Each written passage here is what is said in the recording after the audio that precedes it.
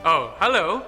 Tahukah kamu, berdasarkan data dari Badan Pusat Statistik Nasional atau BPS pada tahun 2021 menunjukkan bahwa jumlah anak muda di Indonesia sekarang ini sudah mencapai 63,92 juta jiwa. Wow, luar biasa banyak bukan? Dan ini hampir setara dengan 23% dari total keseluruhan penduduk atau populasi yang ada di Indonesia. Ada pepatah yang mengatakan bahwa masa depan sebuah negara itu berada di tangan dan pundak anak mudanya. Dan itu betul sekali. Jadi, masa depan negara Indonesia berada di tangan dan pundak anak muda Indonesia, termasuk kamu di dalamnya. Well, tapi mirisnya masih banyak sekali anggapan yang beranggapan bahwa anak muda zaman sekarang itu berbeda dengan anak muda di zamannya Pak Soekarno dulu.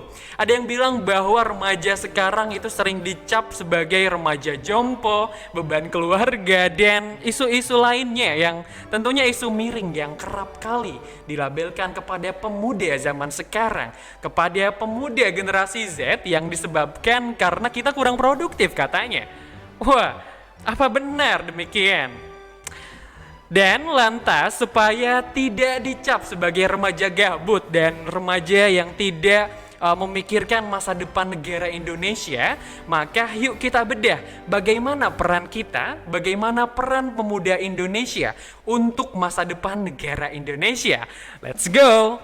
Yang pertama, kamu adalah agent of change-nya negara Indonesia.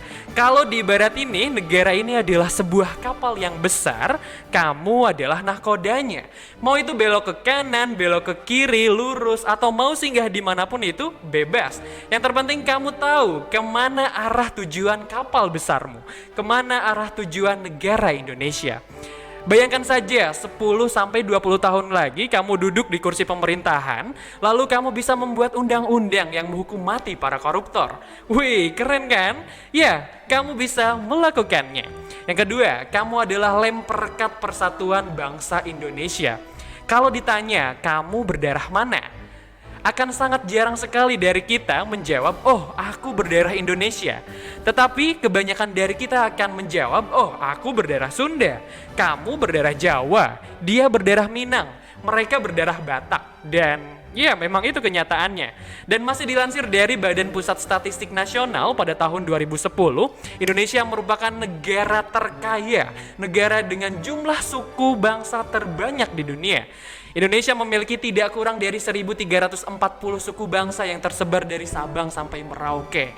Wah, banyak ya. Dan itu adalah sudah menjadi tugas dan tanggung jawab kita sebagai pemuda untuk menjaga dan untuk saling bertoleransi.